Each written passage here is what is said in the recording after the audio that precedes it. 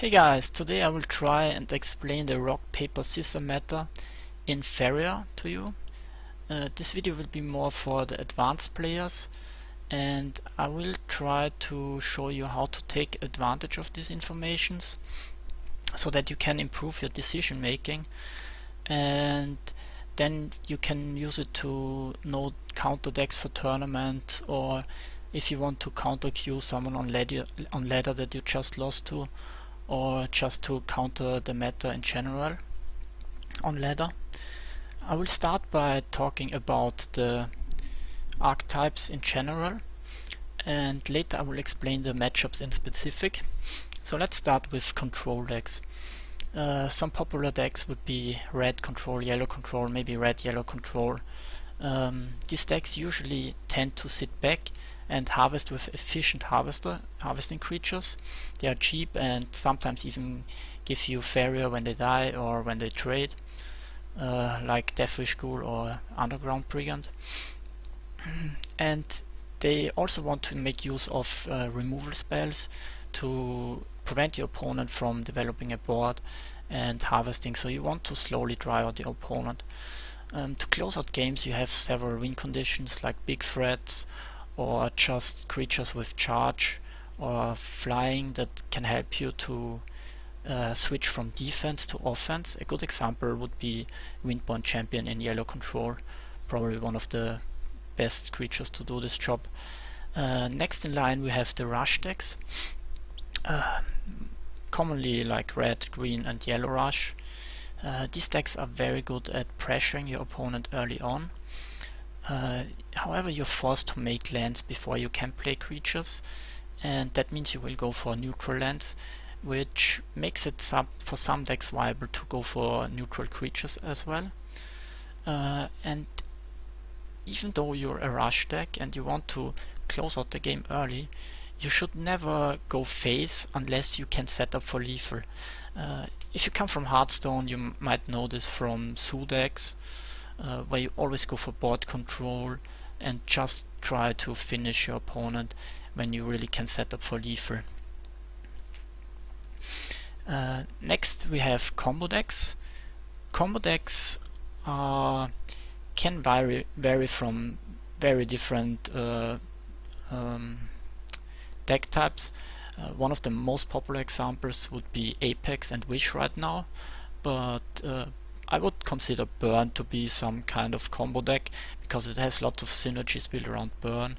And another very strong late game deck would be a Dream deck that maybe uses Tarum and Egg of Wonders. So there are lots of options. Maybe we will see more as the game develops. And these combo decks, they usually sacrifice early game, which Control have in their efficient harvesters and remover, but they have impactful synergy and very powerful late game, like for example if you bring out the Dream or a Wish, that can be turn the game in your favor and win the game for you. And last but not least, there are also mid-range decks, which I didn't include in my picture I made first. Mid-range decks in Faeria are a bit tricky to define. You could count the new Tempo Yellow deck as a mid-range deck. Some blue lists or green lists I would call mid-rangey. And I also made a deck video for a green-blue enchantment deck that's very mid-range style. These decks often don't feature lots of removal spells, so they rely on their creatures to make the trades, and they are somewhere between rush and control in terms of late game, so you don't want to sit back against a stronger late game opponent, and you tend out to play a bit more aggressive. And if you can't develop a clear lead early on and just chill, you will probably lose the game because of that. Yeah. So now we will talk about how to play these matchups. Identifying your opponent's list early on helps a lot and gives you an early advantage in your opening. First we will talk about if you're up against another archetype, and in this case it's very important to know when to be the aggressor and who's the defending one. A matchup where it's very clear who is the attacking one and the defending one is rush versus control. This matchup is very snowbally because of the land placement. The attacking player will force the action on this side of the board and the defending player will try to deal with the threats. The matchup is decided by who can keep his creatures in play and farm while he trades, and this brings the advantage to the defending player because he is the one that puts out the creatures first and can decide when to trade.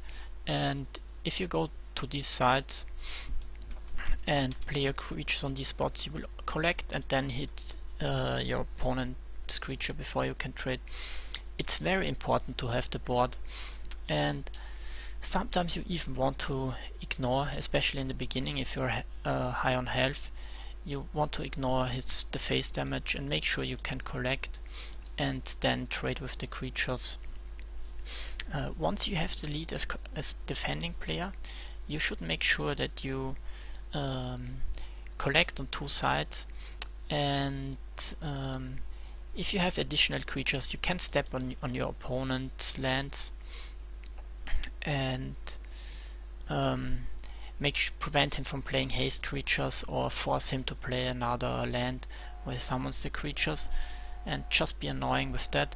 But also make sure you close out the game with your wind conditions, which can be windborn champions, or if you play one of my red control lists where I use the Maze Man.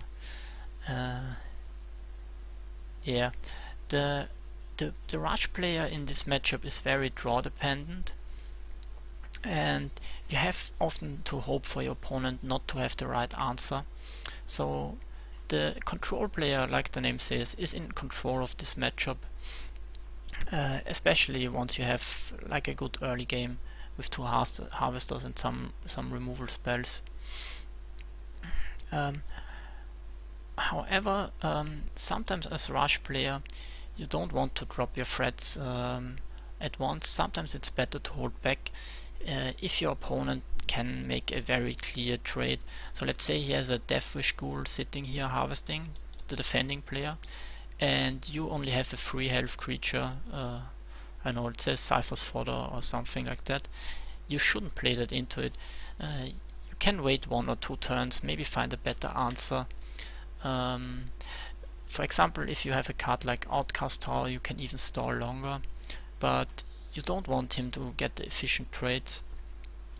But if you wait too long, he's just collecting for free while you're doing nothing, and of course that's even worse. Then we have the rush versus combo matchup. This is basically the same, only that it's a bit harder for the combo player to defend, because he gives up some early game in order to have these powerful combos. So there's not really much to add, just that this matchup is probably unfavored for you and you will have a hard time defending here.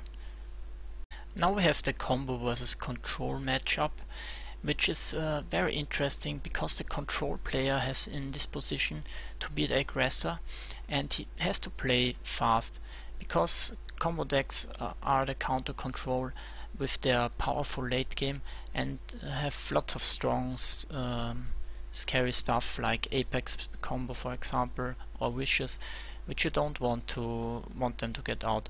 So that means as control player you either build from this side here to attack or from here. This mainly depends on if you have a turn 1 harvester, it's better to start here, or simply this gives you more options to go for both sides. And starting with this land is only bad if your opponent is rush and you don't have a creature to defend. But other than that you have a faster way to both sides. But it's very important in this matchup to understand that you are against one of these combo decks, so that you don't fall in the trap of saying, oh my god, I have to defend, and build to these sides here and there, and give your opponent 2 or 3 turns more time. Sometimes even 1 turn can be deciding, where your opponent can just do all his stuff without you pressuring him. So very important, just build from one side. Most of the time, because you have better early game, you want to choose his side, so that you can, if your opponent builds here, you choose this side. And that's also the advantage of going in the middle here. You don't show where you're going. So if your opponent plays a creature there, you decide I go here and just kill it and start pumping out my creatures and pressure him before he gets scary. So next in line we have the mirror games, and we're going to start with the control versus control matchup. Some people call this the most skill dependent matchup, but it's not that complicated always, and I will give you some pretty simple tips that you should follow, so you have a good time playing this matchup. First and foremost, this is an economy game, so it's very important that you fight for the Faeria wells. And especially these double collecting spots are very important. If you have the control over one of these two, you can be pretty happy. If you have control over both, you basically won the game.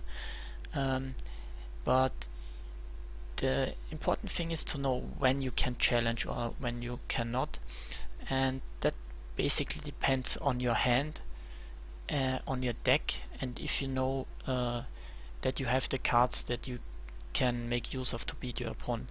So if you can't win the battle on these sides here, then you should try and dodge it and just make sure you get the other side. But basically you want to make sure you collect more than your opponent and get efficient removal. Efficient removal means like use as little Faeria as possible, and also don't overextend. You don't want to drop too many minions at once, so that your opponent can get good AoE clear, especially against red, that's scary. Against blue you don't want to overextend with big creatures, so you have to know your opponent's deck and his removal answers, and make sure you have as much minions on board to deal with his threats, but not too many to overextend into some scary stuff that can punish you. And one last very important point for this matchup is never go face unless you set up for lethal next turn. This is the only way you can lose an advantage in the control versus control mirror matchup.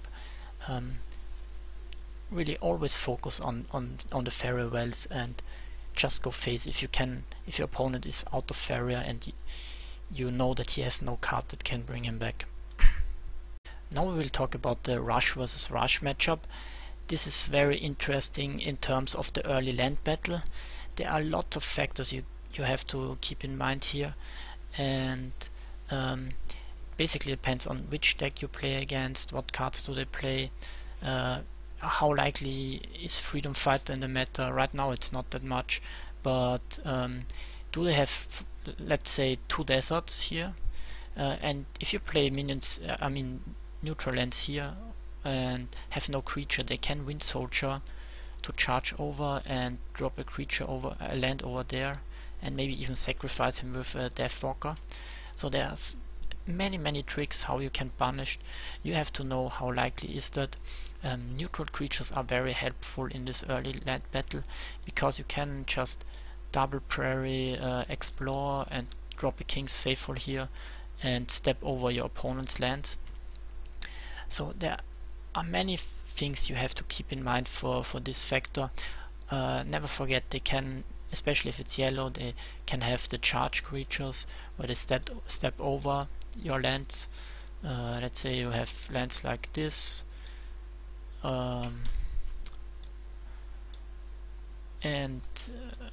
your opponent has a land here. He can just step over it and make a land over there if he has a haste creature.